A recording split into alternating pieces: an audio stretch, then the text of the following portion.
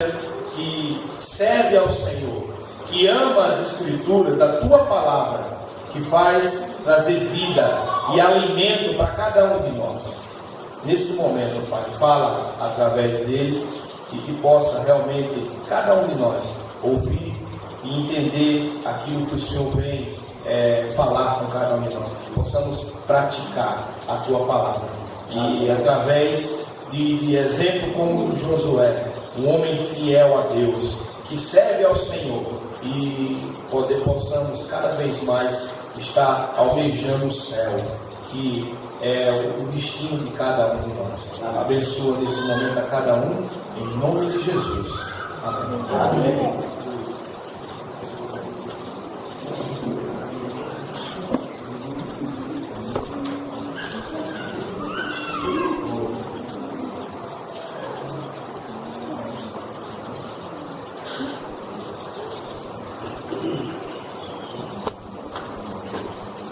É bom estar com vocês aqui em Curitiba, congregação do Cajuru.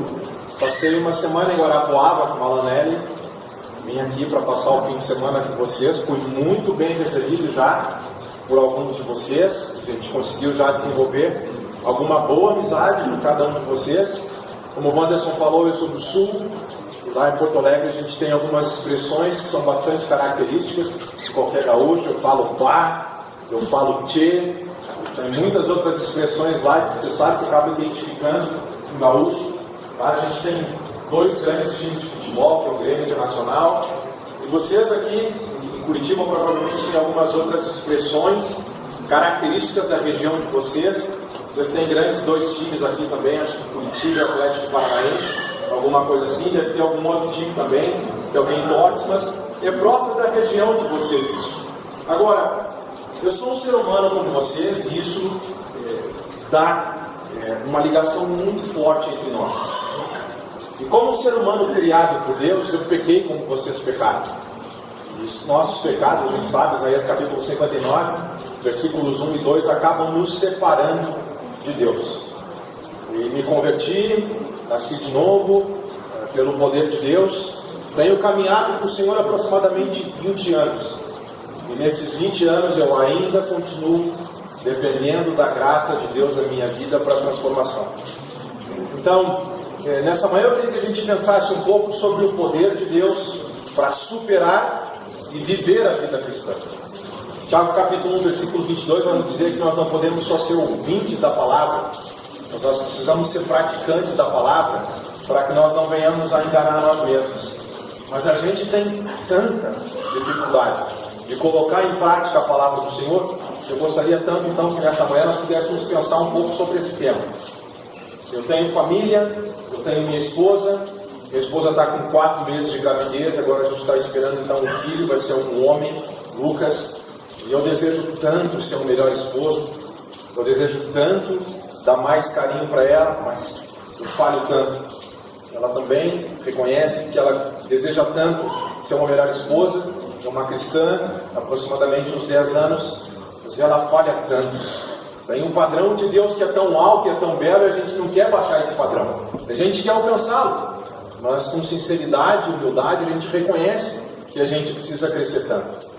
E você talvez, na sua casa, você talvez que está aqui, um bom marido, uma boa esposa, deseja tanto alcançar o padrão de Deus, mas nessa semana talvez tenha falhado. Talvez suas palavras não tenham sido as mais positivas. Talvez você até quisesse ser mais construtivo, mas você não conseguiu. E às vezes isso frustra. E como então superar todas as nossas fraquezas para que a gente possa ser melhor diante do nosso Senhor que nos criou tanto e que tem um projeto tão belo para o casamento? Talvez você é um filho. Você está sentado aqui e você conhece o padrão de Deus de como deve agir um filho dentro da família. Talvez você até queira ter obedecido seu pai e a sua mãe como você deveria ter obedecido, mas você não conseguiu atingir o padrão. E às vezes isso frustra também. Você até queria ser o melhor filho, amar mais seu pai, amar mais a sua mãe, mas você falhou, você caiu.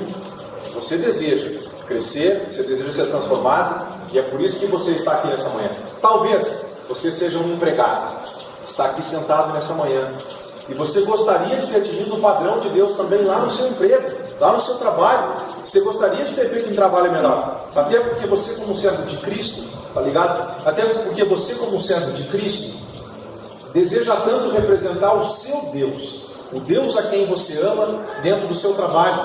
Jesus nos diz em Mateus capítulo 5, versículo 16, que a nossa luz deve brilhar mediante as nossas boas obras, para que o nosso Pai seja glorificado. E boa parte de nossa pregação é mediante nossas atitudes. Mas nós não atingimos o padrão de novo. Eu sei que a gente já mudou muito, eu sei que a gente já cresceu muito, mas a gente deseja então crescer muito mais. E como superar as minhas fraquezas?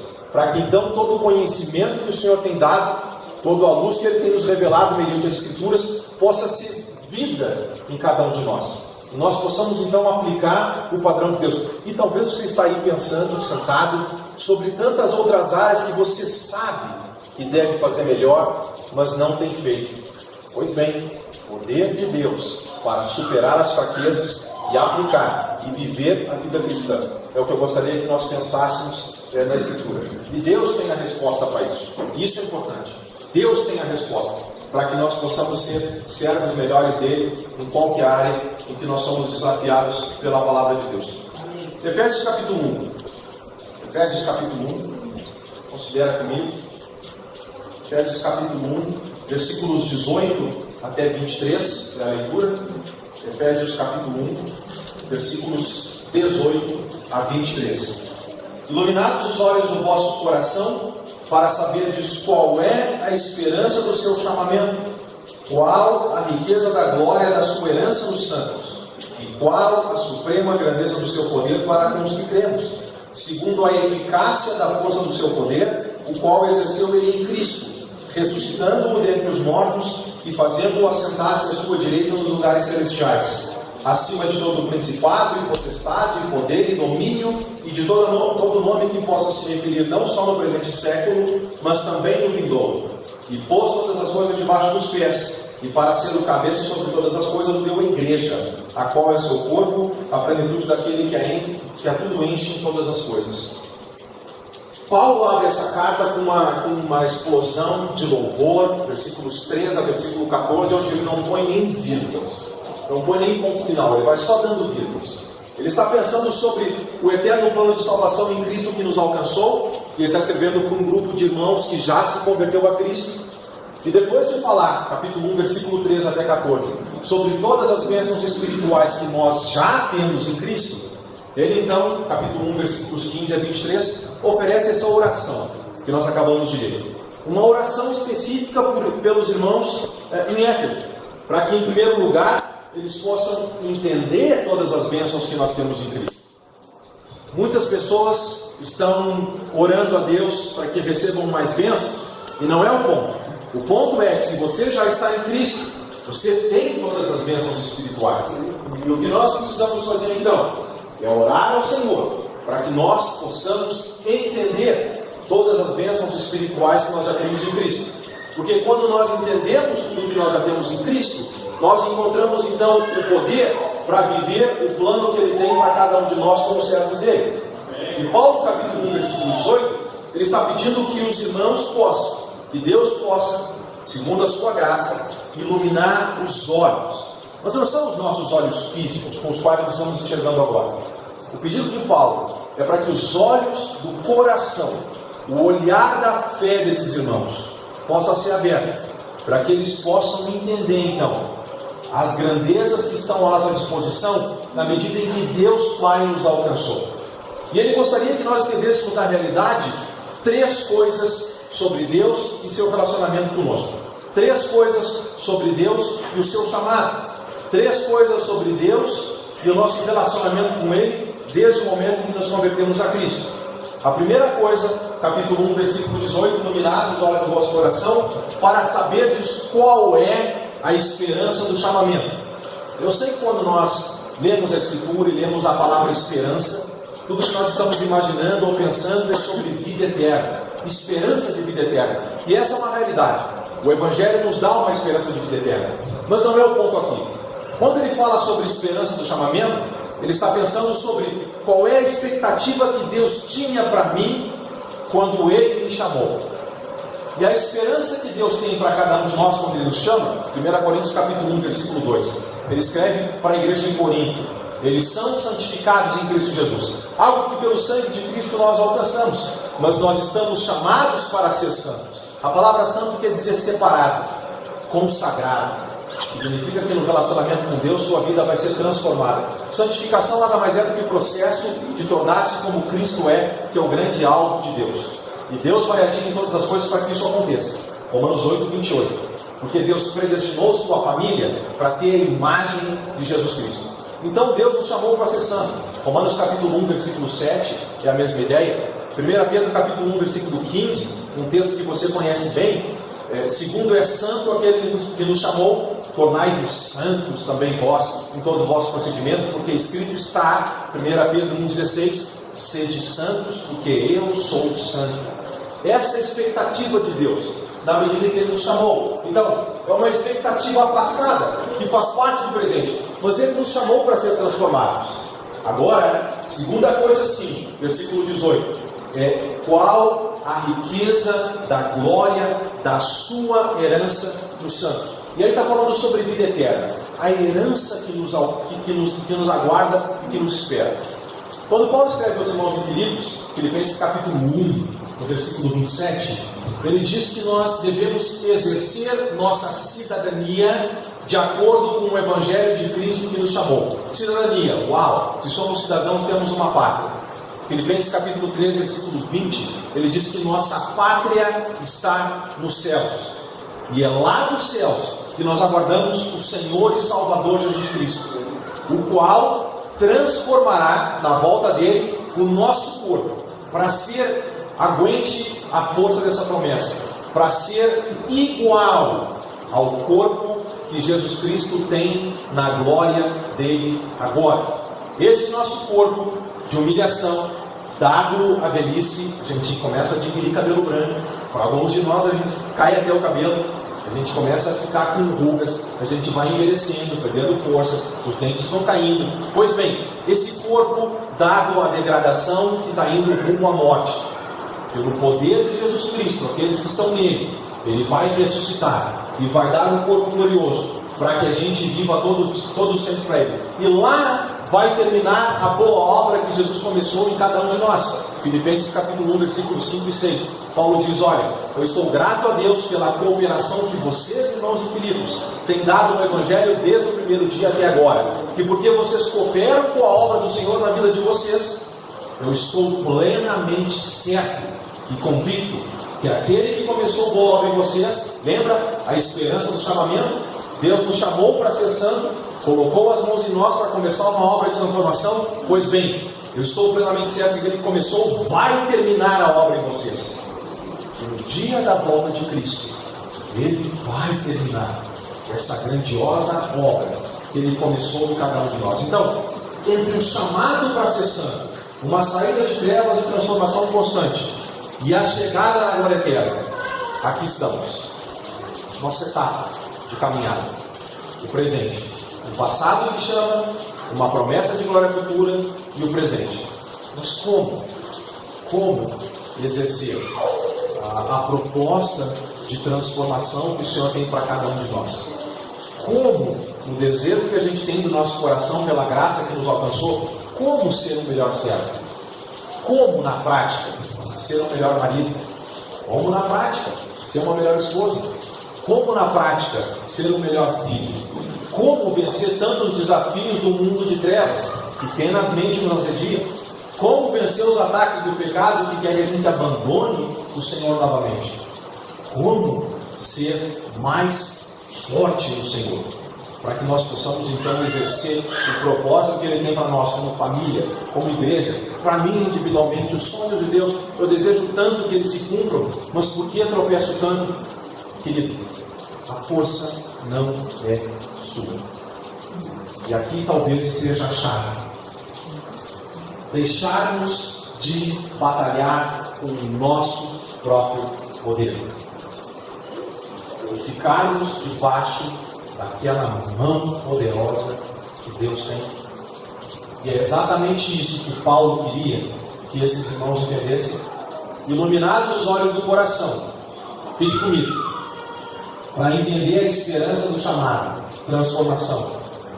A esperança da glória eterna, a herança da glória dos santos que vem, viver a eternidade com o Senhor, mas para que nós possamos entrar no céu, o tipo de pessoa que vai estar no céu é o tipo de pessoa que é igual a Jesus Cristo.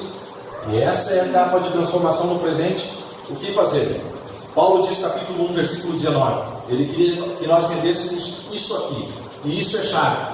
E qual a suprema grandeza do seu poder para com os que cremos, segundo a eficácia da força do seu poder. Poder de Deus para cada um de nós, para que possamos superar as fraquezas e viver a vida cristã que Ele nos propõe. E nós precisamos buscar esse poder de Deus todos os dias. Sabe?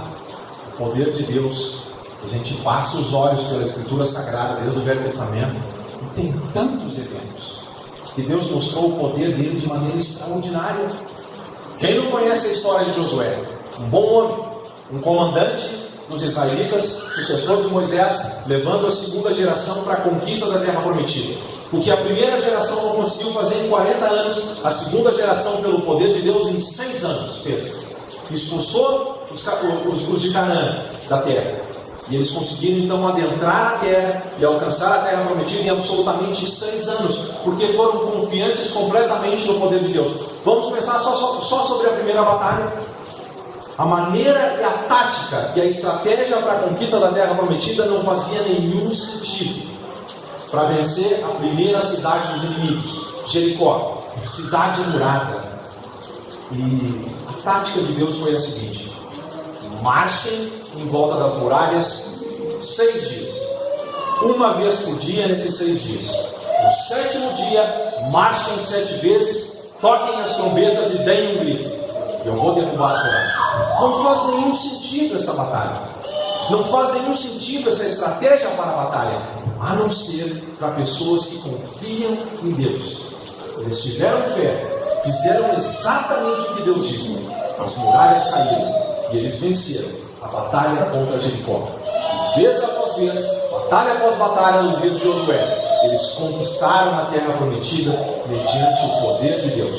Passa alguns dias, dia de Juízes, nós temos um homem chamado Gideão, um homem que confiou no Senhor. E nos dias de Gideão, eles estavam debaixo da opressão do povo midianita. E o povo midianita tinha um exército de 135 mil pessoas. O exército do Senhor, do lado esquerdo, com 32 mil pessoas. O Senhor falou: Gideão, é gente demais. Como assim gente demais? Nós temos só 32 mil contra 135 mil. Pois é, gente demais. Diga aos covardes e aos tímidos que podem ir para casa. Essa primeira instrução, 10 mil foram embora. Ficaram somente 22 mil. O Senhor olhou para o exército dele: é gente demais ainda. É gente demais no meu exército. Leve o pessoal para beber água. E aí eu vou te revelar quais são as pessoas exatamente que eu quero que vão para essa batalha. Para que não confiem no poder do homem, mas confiem no meu poder. Dos 22 mil sobraram 300. E o Senhor falou: é com esses 300 que eu vou derrotar aquele exército de 135 mil. Numa vantagem de 450 soldados contra 1. Que estratégia estranha. Poder de Deus. E com 300 homens, eles venceram um exército de 135 mil homens. Passa mais alguns dias, os dias do grande rei Davi, que você conhece. Qual criança não conhece? E qual de nós não conhecemos a história de Davi, que venceu o gigante Golias, um homem com 2 metros e 90 de altura. Sua armadura pesava 60 quilos. Ele tinha uma lança grande, só a ponta da lança, com ponta de bronze, ela pesava 7.200 gramas. E esse homem, durante 40 dias, saiu afrontando o exército do Deus vivo. Um guerreiro famoso e um guerreiro bastante experiente. Davi chegou lá e disse: mas quem é esse circunciso para afrontar o exército do Deus vivo? Não houve naqueles 40 dias nenhum homem corajoso do povo de Deus. do exército de Saul que pudesse encarar aquele homem. E Davi falou para Saul: eu vou lá, no poder de Deus. Davi com 5 pedras lisas, com a sua atiradeira, tirou aquela pedra, jogou na cabeça de Golias, aí encravou, e Golias caiu com o rosto no chão. Davi sacou da espada de Golias e arrancou o pescoço dele. Uma grande vitória no Senhor aconteceu e está registrada para que nós possamos confiar no poder de Deus. Você tem gigantes aqui para vencer, espirituais na sua vida. Você tem áreas em que você quer ser melhor. Você tem áreas em que você quer ser transformado. Poder de Deus para a sua vida. Agora, o que Paulo está falando em Efésios capítulo 1 não é sobre nenhum desses eventos. Há um evento maior que aconteceu na história. E depois da cruz de Cristo, há um poder de Deus maior que funciona na sua igreja, que funciona em você, se você é discípulo do Senhor. Olha o que ele diz em Efésios capítulo 1, versículo 20. Falou sobre a suprema grandeza do poder de Deus. Você está me acompanhando? Capítulo 1, versículo 19. E ele, então, versículo 20 diz: o qual exerceu ele em Cristo a suprema grandeza do poder de Deus que ele tem. Ele exerceu em Cristo. E ele falou que o poder que ele exerceu em Cristo atua em você como discípulo. Agora, o que é que Deus fez por Cristo? Capítulo 1, versículo 20. Ressuscitando-o dentre os mortos e fazendo-o assentar à sua direita nos lugares celestiais, acima de todo principado, potestade e domínio e de todo nome que se possa referir não só no presente século, mas também no vindouro. E pôs todas as coisas debaixo dos pés, e para ser o cabeça sobre todas as coisas o deu à igreja, a qual é o seu corpo, a plenitude daquele que a tudo enche em todas as coisas. Querido, capítulo 1, 18. Iluminados os olhos do nosso coração, abra o olho da fé nessa manhã. O poder que funciona na igreja, o que Deus utiliza para a sua transformação, é o mesmíssimo poder que Deus utilizou para tirar Cristo da posição mais baixa, morte. Cristo morreu e foi à morte. Mas como Pedro pregou em Atos capítulo 2, era impossível que a morte retivesse Cristo. Depois de 3 dias, pelo poder de Deus, os grilhões da morte foram rompidos. E é como se a terra tivesse dores de parto. E Cristo renasceu. E ele ressurgiu dos mortos. Ressuscitou. Mas Cristo não só ressuscitou, ele foi exaltado por Deus, à destra de Deus Pai, muito acima dos poderes do mal, muito acima de principados, de potestade, de qualquer domínio, de qualquer poder que possa não só se referir nesse século, mas também no vindouro. Cristo está reinando supremo e absoluto sobre qualquer mal. Eu sei que você enfrenta tentações como eu enfrento, eu sei disso. Eu sei que você tem uma batalha contra o pecado. Eu sei que você tem uma batalha contra o seu velho homem. Eu sei que talvez você tenha traumas aí no seu interior, coisas que precisam ser superadas. Eu sei disso. Mas, querido, se você confia em Jesus, você está confiando no Rei dos Reis, no Senhor dos Senhores, que domina absolutamente todas as coisas. E no poder dele, você pode vencer todo o mal, todo o pecado, toda a tentação, porque ele está acima de tudo. Todas as coisas, capítulo 1, versículo 22, estão debaixo dos pés de Jesus, de maneira que Cristo é absolutamente o cabeça do universo. Você tem noção do tamanho de quem é Jesus? Da autoridade, do poder daquele a quem professamos e confessamos e nos entregamos? É esse o poder que está à sua disposição. Não é no seu poder, é no poder dele que você vai ser transformado. E, de maneira especial, ele já é o cabeça do universo,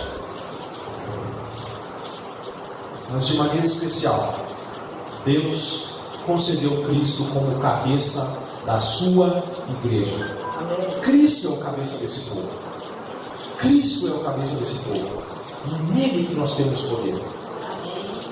Ele é, capítulo 1, versículo 23, como cabeça, a plenitude daquele que a tudo enche em todas as coisas.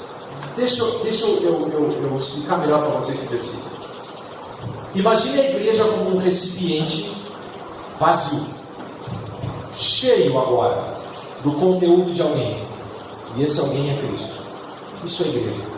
A igreja é um recipiente cheio do conteúdo de Cristo.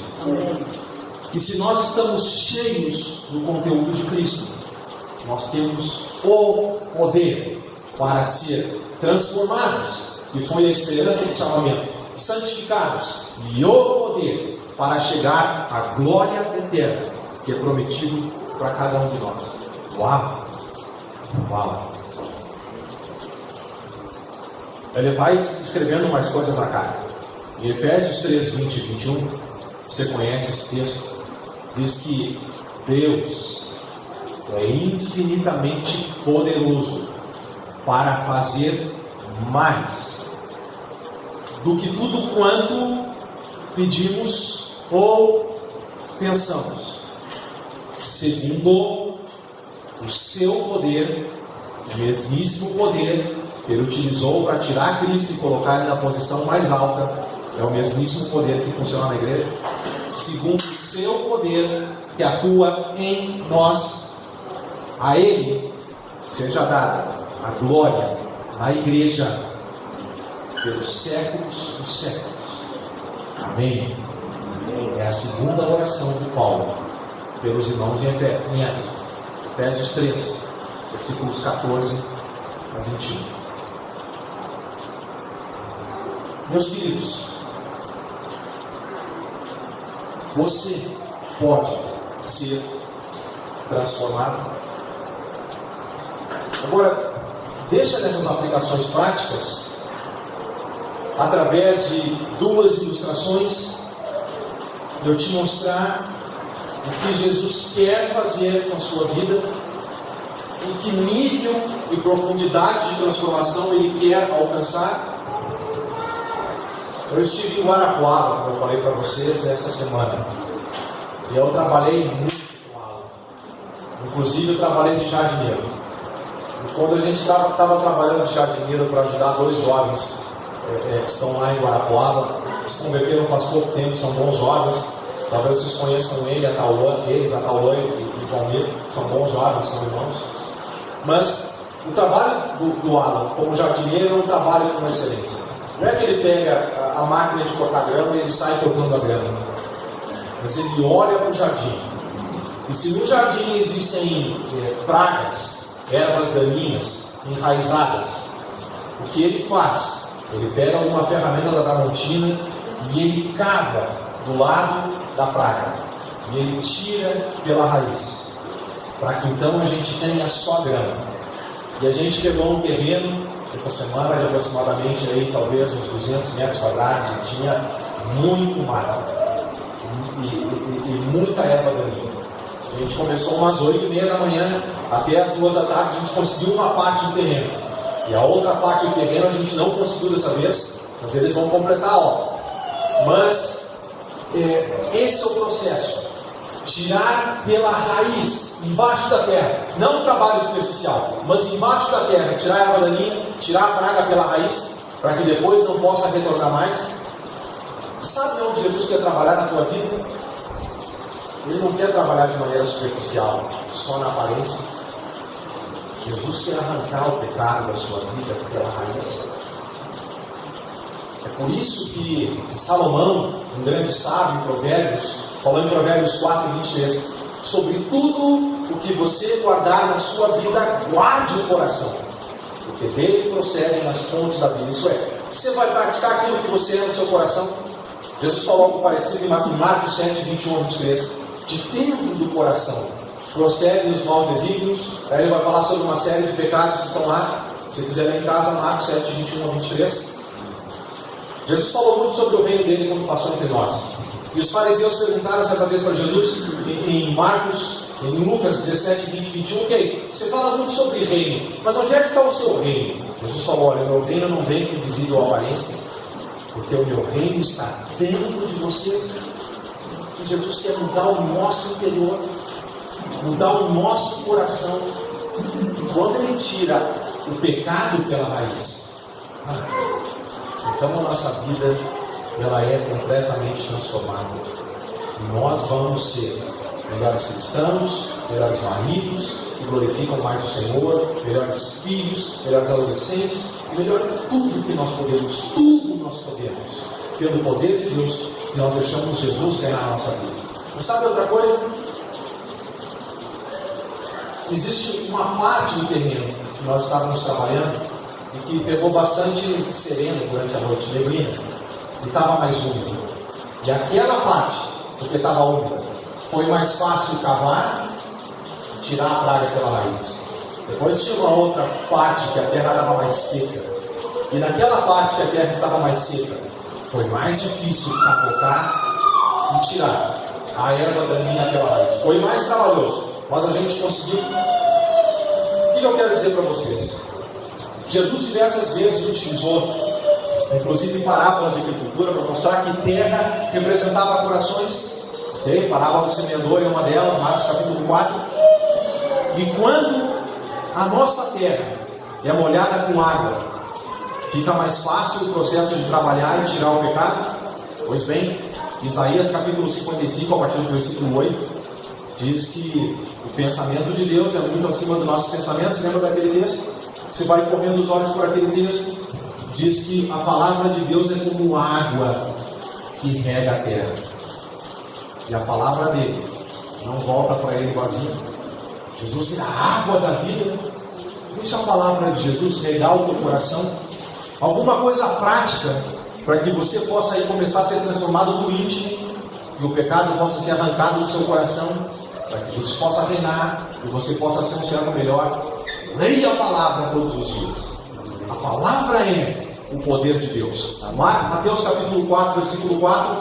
Satanás nas tentações, nem só de pão viverá o homem, de toda a palavra que procede da boca de Deus. Hebreus 4:12.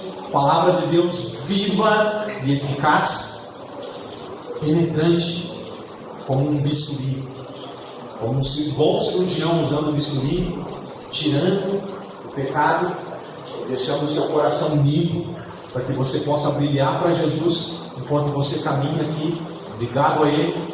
Outra coisa, Efésios 6:18, uma outra boa dica, Efésios capítulo 6:18, com toda a oração e súplica, orando em todo o tempo no Espírito, para isto vigiando com toda a perseverança e súplica por todos os santos. Você notou a intensidade desse texto? Ele diz com todo. Agora eu vou ler como a gente faz, e é por isso que a gente cai tanto. Com algumas orações e súplicas, orando em algum tempo no Espírito, e para isso vigiando com alguma perseverança por alguns dos santos. Não é isso. O texto diz com toda oração e súplica, orando em todo tempo no Espírito, e para isso vigiando com toda perseverança e súplica por todos os santos. A intensidade e a totalidade da plenitude da nossa busca ao Senhor numa vida de oração. Ore todos os dias, caminhe com Deus, ande com Ele, porque a oração chama o comandante para a batalha, para que nós sejamos transformados e possamos superar as batalhas e chegar na glória. Sabe o que eu vejo para a congregação do Cajuru na próxima semana? Se você começar a aplicar isso na sua vida, sabe o que eu vejo para a minha vida? Sabe o que eu estou visualizando no futuro, iluminado os olhos do coração, como Paulo falou? O Josué vai ser o melhor marido. A minha esposa vai ser uma melhor esposa. O meu filho que está chegando vai ser um bom cristão. Meu filho obediente. No meu trabalho, eu vou ser um bom cristão. E vou representar bem o nosso Senhor lá. E pessoas vão conhecer Cristo pelo nosso comportamento, e a gente vai convidá-las, porque elas vão querer saber, afinal de contas, como vocês são pessoas tão belas, e você vai dizer, não sou eu. Existe alguém no céu que trabalha em mim, sabe que os desafios do dia a dia, da sua vida espiritual, você vai ser transformado em cada área. É isso que eu visualizo. Você pode imaginar na sua semana tanta transformação acontecendo? Pelo poder de Deus. Poder de Deus para a superação e viver a vida cristã. Desce dele, meu irmão. Viva isso. Pratique isso. Aplique isso. Agora, imagina se você é perseverante. Não é questão só de semana que vem. Imagina que você faz da comunhão com Deus o seu ponto principal. Você pode imaginar a sua vida daqui a um ano. Você pode imaginar quanta transformação nessa igreja daqui a 2 anos. Você pode visualizar os filhos dos seus filhos e dos seus filhos sendo transformados. Eu vou descer aqui para te contar uma última história, mais próxima de você. Poder da oração, poder de Deus. Minha avó, cristã, fervorosa, fiel a Deus, evangelizou toda a minha família. Isso mesmo. Uau! Dou graças a Deus pela minha avó. Evangelizou minha mãe, cristã demais. Um dia eu conto para vocês a história da minha mãe. Mas meu avô, bêbado, viciado, incomodou muito minha avó. Porém, minha avó fazia uma coisa: orava pelo meu avô todos os dias da vida dela. Minha avó ficou com Alzheimer, degenerou, morreu fiel ao Senhor, coisa que ela conseguia somente ela lembrar de Deus, mas ela orou até o fim, e ela morreu. Meu avô não estava convertido na morte dela, ela partiu sem ver o meu avô convertido. Porém, o que aconteceu nos próximos 6 meses, uma prima minha pegou o meu avô para cuidar dele porque ele estava velhinho, e ela é cristã. E ela começou a trabalhar dia após dia na vida dele. E o meu avô, depois de aproximadamente aí 70 anos de vida, abandonou o vício. Ele também ficou com Alzheimer. Depois ele ficou com câncer de próstata. Ele faleceu. Mas ele faleceu em Cristo. O que eu quero dizer para você é que minha avó não viu o meu avô convertido em vida. Mas ela foi perseverante, ela orou a vida inteira para que isso acontecesse. E sabe o que Deus fez pelo poder dele? Atendeu a oração dela. E eu vi o meu avô partir em Cristo. O poder de Deus não faz você superar somente suas fraquezas. Eu sei que você quer. O poder de Deus não transforma só a sua vida. O poder de Deus alcança a sua esposa, os seus filhos, alcança netos e outras pessoas. Confie nesse Jesus. Entregue-se a Ele. Poder de Deus para a superação. O poder de Deus para o viver cristão. Jesus faz as nossas vidas melhores. Que Deus possa te abençoar. E obrigado pela oportunidade.